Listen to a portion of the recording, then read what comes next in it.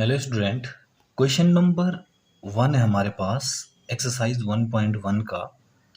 Which of the following are set justify your answer. तो पहला है the collection of all the month of a year beginning with the letter J.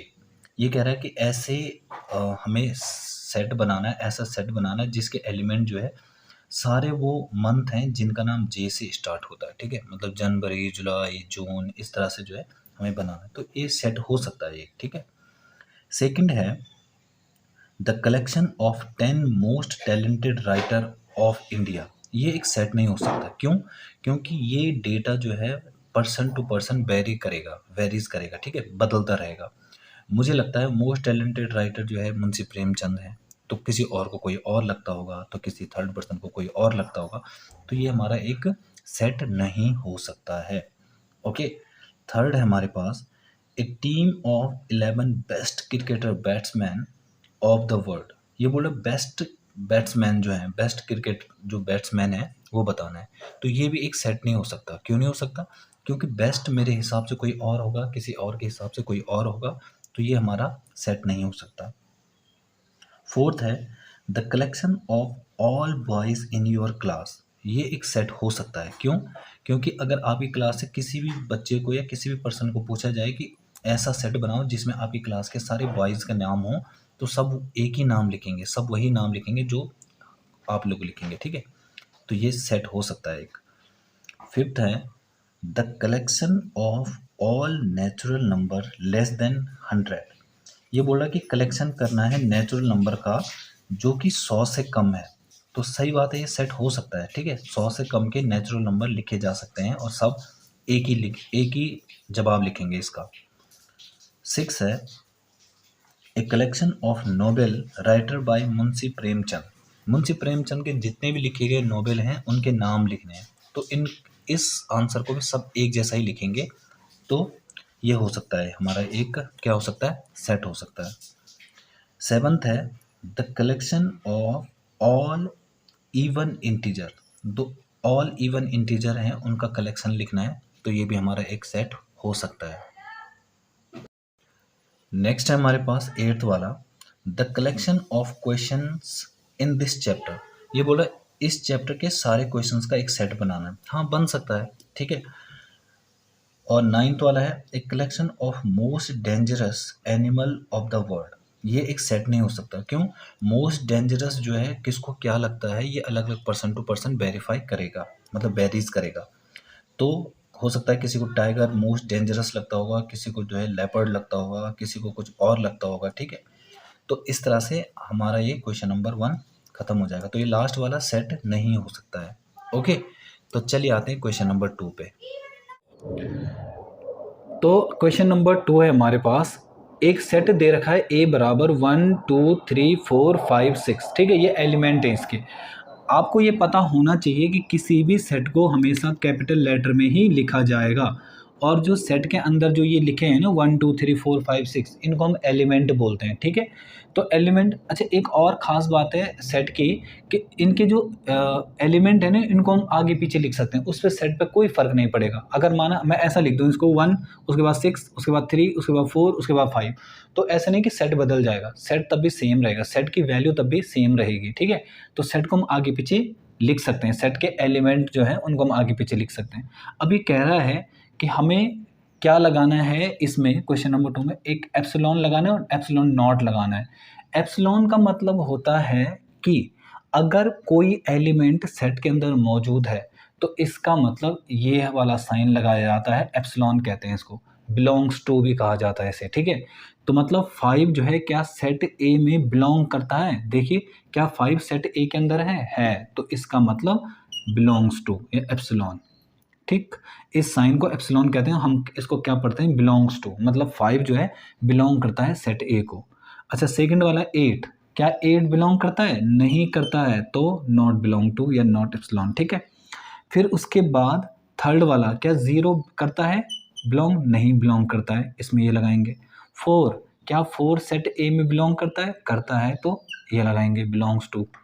Fifth वाले में क्या बोला है, 2 क्या सेट ए को बिलोंग करता है, तो हम ये लगाएंगे। सिक्स वाले में क्या है 10।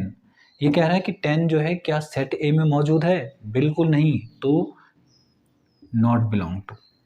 ओके स्टूडेंट, बहुत सरल क्वेश्चन था क्वेश्चन नंबर 2। चलिए आते हैं क्वेश्चन नंबर 3 पे। हेलो स्टूडेंट, क्वेश्चन नंबर 3 हमारे पास, write the following sets in a roster form.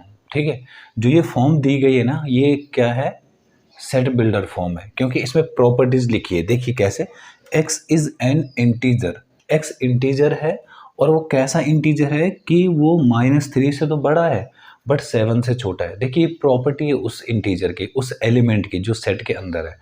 तो जब भी कभी प्रॉपर्टी दी है ना, तो ये हमारा सेट बिल्डर फॉर्म होता है। और जब हम जो है एलिमेंट्स को पूरा लिखते हैं किसी सेट के अंदर, तो वो हमारा रोस्टर फॉर्म होता है। ठीक है, तो देखिए यहाँ पे इन्होंने क्या कहा है कि इसको हमें रोस्टर फॉर्म में लिखना है, तो लिखते हैं। देखिए सेट ए जो है इस तरह से है कुछ, कि उसके जो एलिमेंट हैं वो एलिमेंट कैसे हैं कि उसके एलिमेंट -3 से तो बड़े हैं और 7 से छोटे हैं। तो -3 से बड़े मतलब कौन, -2, -1, 0, 1, 2, 3, 4, 5 और 6। तो ये हमारा रोस्टर फॉर्म हो गया। इसी को ऐसा भी लिखा जा सकता है। ओके स्टूडेंट, नेक्स्ट है हमारे पास कि एक सेट बी इस तरह से है कुछ, कि x is a natural number less than 6। x जो है, जो b के एलिमेंट है वो कैसे हैं, b के एलिमेंट कैसे हैं कि वो नेचुरल नंबर है और 6 से छोटे हैं। अब नेचुरल नंबर कहाँ से स्टार्ट होते हैं, 1 से स्टार्ट होते हैं ना, तो लिखो 1, 2, 3, 4 और 5। ये हमारा रोस्टर फॉर्म होगा। तो इसी सेट को हम ऐसा भी लिख सकते हैं।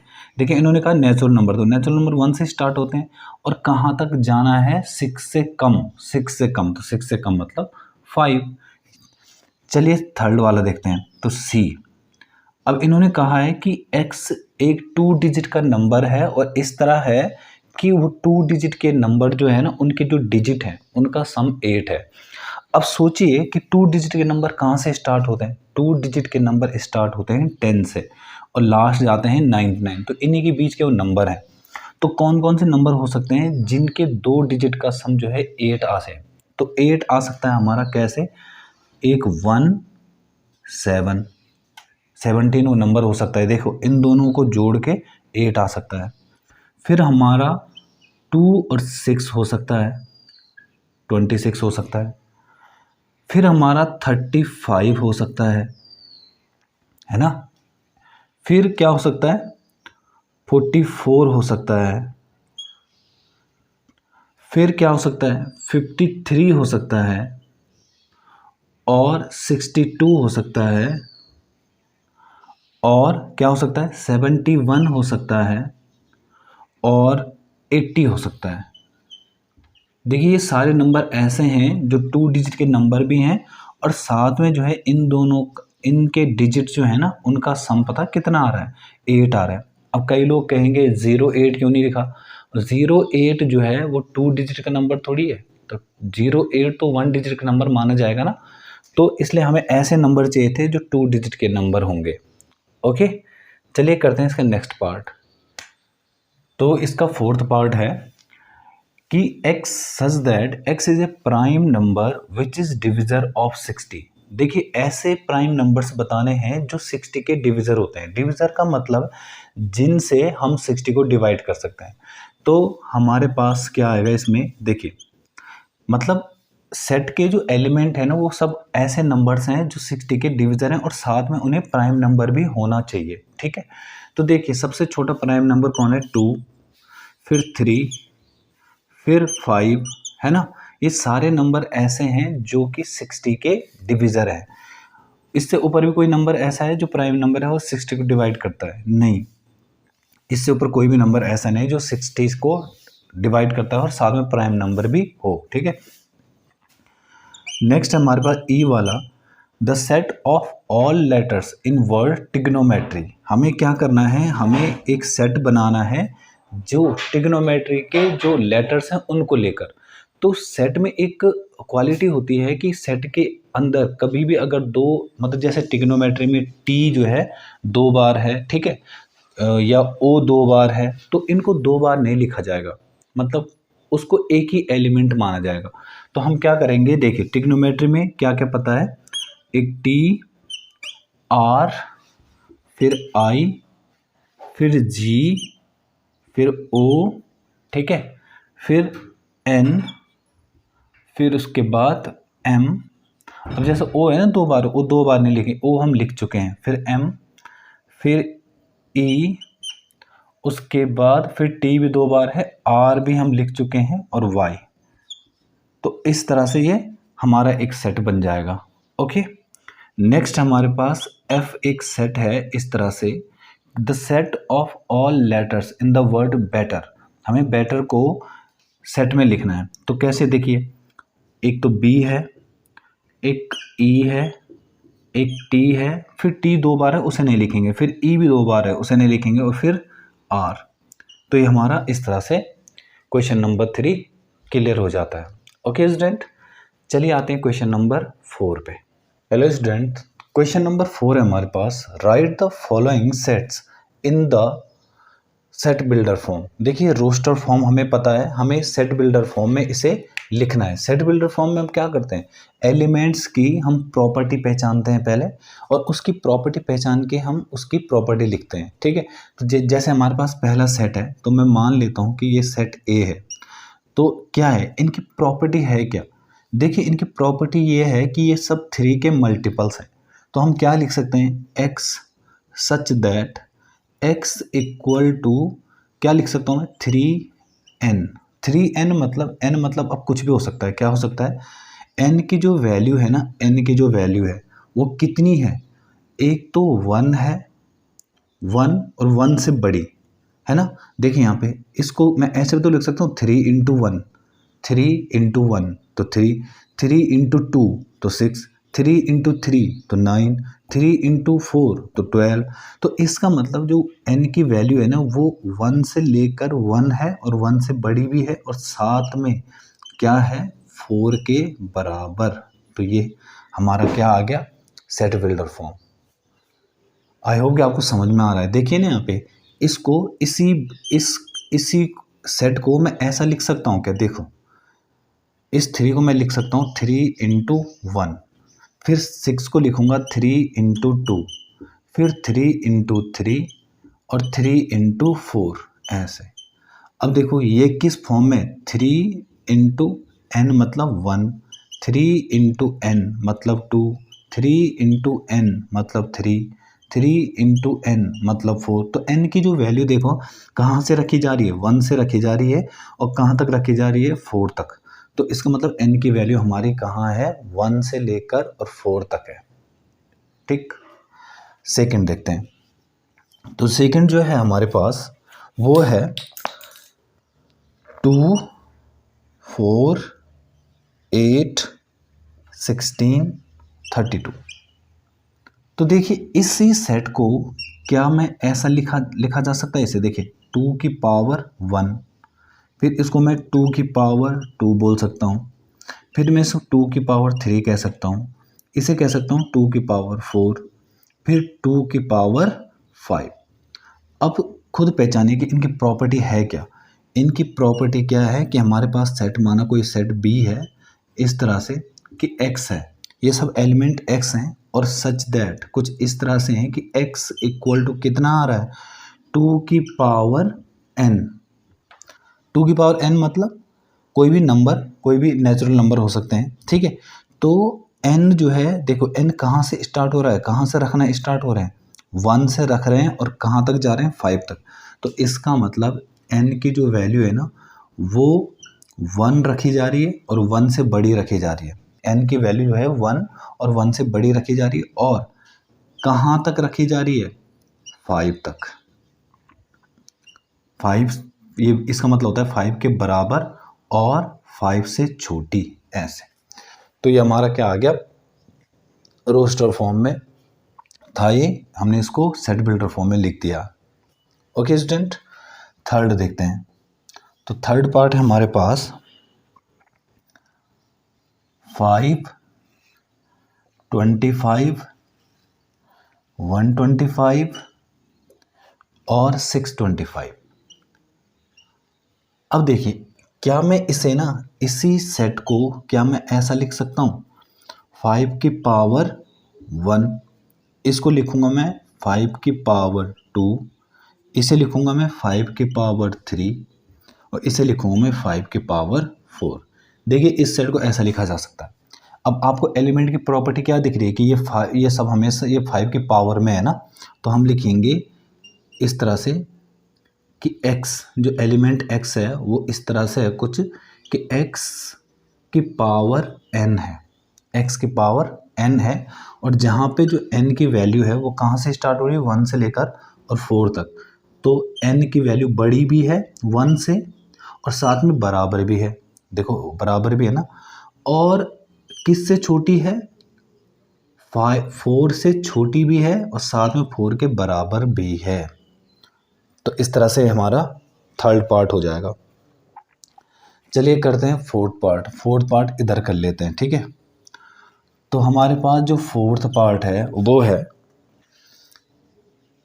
2, 4 और 6, और इस तरह से ये इनफाइनाइट तक चल रहा है। तो देखिए हमारे पास जो सेट है ना वो किस तरह से चल रहा है। देखिए सेट माना, इसको सी मान लेता हूँ, सेट सी जो है कुछ इस तरह से कि इसकी जो एलिमेंट है ना वो कैसे हैं, एलिमेंट ऐसे हैं कि x सच दैट, एलिमेंट कुछ इस तरह से, x is positive even number, ये हमारे पास सेट आ गया, ठीक है। देखो इनकी प्रॉपर्टी क्या है, 2, 4, 6 और इनफाइनाइट तक चल रहा है। इनफाइनाइट तो मैं लिखूंगा नहीं पूरा, तो मैं सीधे लिख दूंगा कि x जो है कुछ इस तरह से है कि x जो है पॉजिटिव इवन नंबर है।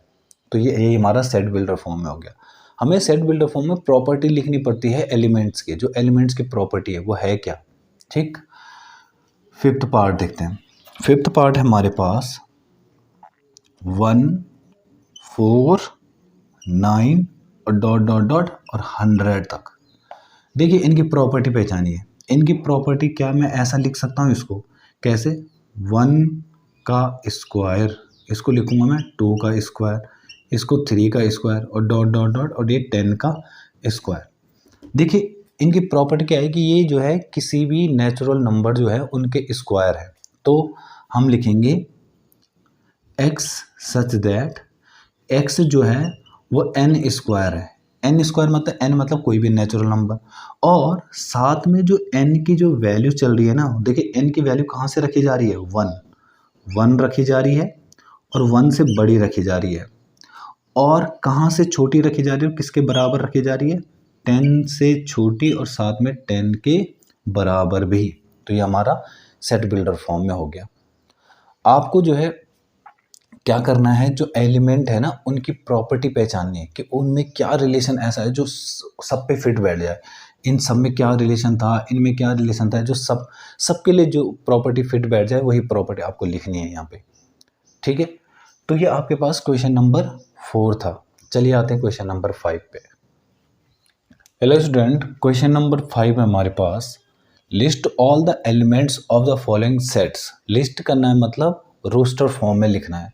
तो रोस्टर फॉर्म में कैसे लिखेंगे, देखिए x such that x is a odd number. ये कह रहा है कि जो a के एलिमेंट है ना वो इस तरह से हैं कि वो क्या है, ऑड नंबर है। तो लिख दो ऑड नंबर 1, 3, 5 इस तरह से। अब कुछ एंड पॉइंट तो लिखा नहीं कि किससे छोटा किससे बड़ा, तो इसलिए हम ऐसे ही छोड़ देंगे इसको, ओके।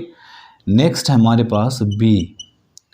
ये कह रहा है कि x such that x is a integer, x तो इंटीजर है और x की वैल्यू कैसी है, -1.2 से बड़ी है और 9.2 से छोटी है। अब देखिए इसको अगर डिवाइड करूंगा मैं इसमें, मतलब -1/2 को अगर मैं डिवाइड करूंगा तो ये आएगा 0.5, माइनस का 0.5, तो -0.5 और 9/2 को करूंगा तो ये आएगा 4.5।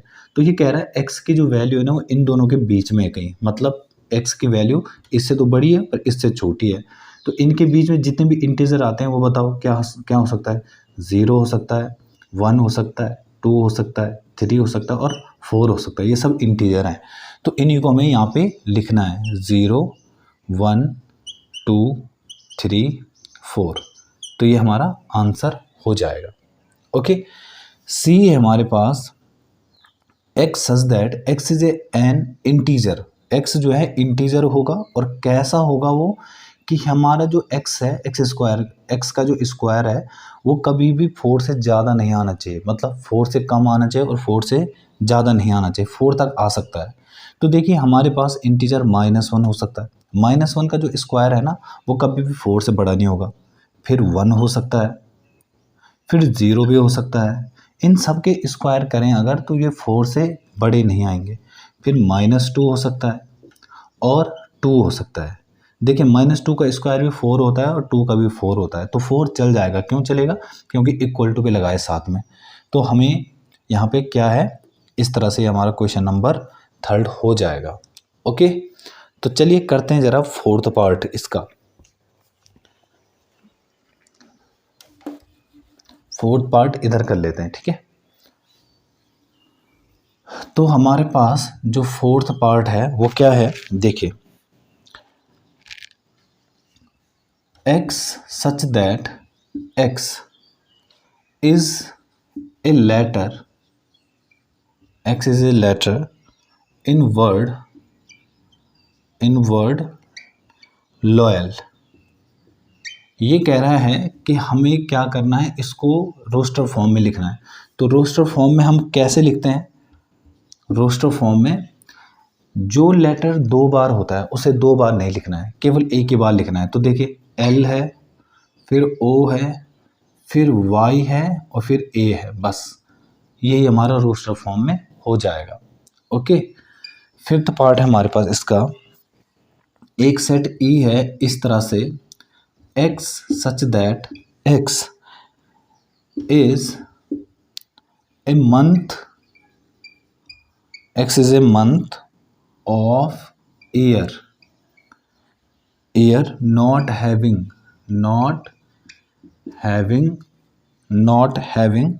31 days। तो हमें क्या करना है, इसमें सारे वो उन मंथ के नाम लिखने हैं जिसमें 31 डेज नहीं होते हैं। तो एक तो फरवरी होता है जिसमें 31 नहीं होता है, ठीक है। फिर एक जून होता है, ठीक है। अप्रैल होता है, एक नवंबर होता है, सितंबर भी होता है, ठीक है। तो अगर कोई छूट गया हो तो देख लेना आप इसको, ठीक है। मतलब वो सारे महीनों के नाम लिखने हैं जिनमें 31 डेज नहीं होते हैं। 31 डेज नहीं होते हैं मतलब या तो 28 होंगे या 29 होंगे या 30 होंगे, ठीक है। तो वो सारे महीने लिखने हैं जिसमें 28 हो सकते हैं, 29 हो सकते हैं या 30 हो सकते हैं। क्लियर है? चलिए 6th पार्ट देखते हैं इसका। 6th पार्ट है इसका, एक्स एक सेट दे रखा है, x such that x is consonant in English alphabet,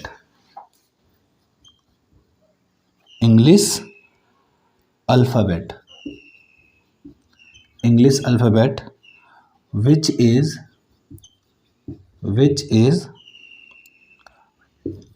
precedes के। मतलब ये कह रहा है कि सारे इंग्लिश अल्फ़ाबेट के वो कॉन्सोनेंट लिखने हैं जो के से पहले आते हैं। अब लिखिए क्या क्या हो सकता है हमारा कॉन्सोनेंट लिखने, तो ए तो नहीं होगा, बी, फिर सी, फिर डी, ई नहीं होगा, फिर एफ, जी, एच, आई नहीं होगा, फिर जे, बस यही सारे हमारे होंगे। ओके स्टूडेंट, तो ये आपके पास क्वेश्चन नंबर 5 था। तो चलिए आते हैं क्वेश्चन नंबर 6 पे। हेलो स्टूडेंट, क्वेश्चन नंबर 6 हमारे पास, match each of the set on the left in the roster form with the same set on the right described in set builder form. इन्होंने कहा है कि इस तरफ जो है हमारा रोस्टर फॉर्म है और इस तरफ जो है हमारा सेट बिल्डर फॉर्म है। हमें क्या करना है, इन दोनों को मैच करना है बिल्कुल सही ढंग से, ठीक है। तो देखिए पहला जो है हमारे पास वो है 1 2 3 6। तो क्या आपको इनकी प्रॉपर्टी लगती है, बताओ इनकी प्रॉपर्टी क्या ऐसी है जो इनकी प्रॉपर्टी जो ये बिल्कुल सही बैठता है जिन पे। देखिए यहाँ पे पहला वाला देखिए, x is a prime number and divisor of 6। ये बोल रहा है कि जो ये सारे हैं ये प्राइम नंबर हैं, तो क्या इनमें से कोई प्राइम नंबर है? बिल्कुल नहीं। तो यहाँ पे 6 जो है प्राइम नंबर नहीं है, तो ये वाला तो हो नहीं सकता। फिर यहाँ पे देखिए, x is an odd natural number, odd natural number, तो यहाँ पे 6 जो है वो ऑड नंबर नहीं है, तो ये भी नहीं बैठेगा। X is a natural number and divisor of 6। देखिए यहाँ पे कह रहा है कि एक्स जो है वो नेचुरल नंबर है और डिविज़र ऑफ 6 है। हाँ सही बात है, डिविज़र ऑफ सब सब जो है सब से हम 6 को डिवाइड कर सकते हैं, तो इसका मतलब इसका पहले वाले का जो आंसर है वो क्या होगा? सी हो जाएगा। दूसरा देखिए, 2 और 6, ठीक है, तो 2 और 3 है हमारे पास, तो 2 और 3 क्या हो सकता है हमारा? देखिए, x is a prime number है और डिविज़र ऑफ 6 है, तो ये क्या ये दोनों प्राइम नंबर हैं और साथ में डिविज़र ऑफ 6 हैं, क्या इन दोनों से मैं 6 को डिवाइड कर सकता हूँ? बिल्कुल सही। तो हमारा इसका जो है क्या हो जाएगा? फर्स्ट वाला आंसर हो जाएगा, सेकंड का हमारा ए हो जाएगा। थर्ड हमारे पास मैथमेटिक्स, तो ये तो साफ पता चल रहा है कि x is the letter of the word mathematics, ठीक है, तो हमारा जो थर्ड का आंसर है वो डी वाला हो जाएगा, ठीक। और फोर्थ है हमारे पास, फोर्थ वाला 13579, तो इसमें से कौन सा बैठ रहा है? X is a odd natural number less than 10, तो यही होगा, सारे ऑड नंबर हैं और लेस देन 10 है, तो हमारा आंसर हो जाएगा। तो ये हमारे पास क्वेश्चन नंबर 6 था और इस तरह से आपकी एक्सरसाइज भी ख़त्म हो गई है। चलिए मिलते हैं नेक्स्ट वीडियो में नई एक्सरसाइज को लेकर।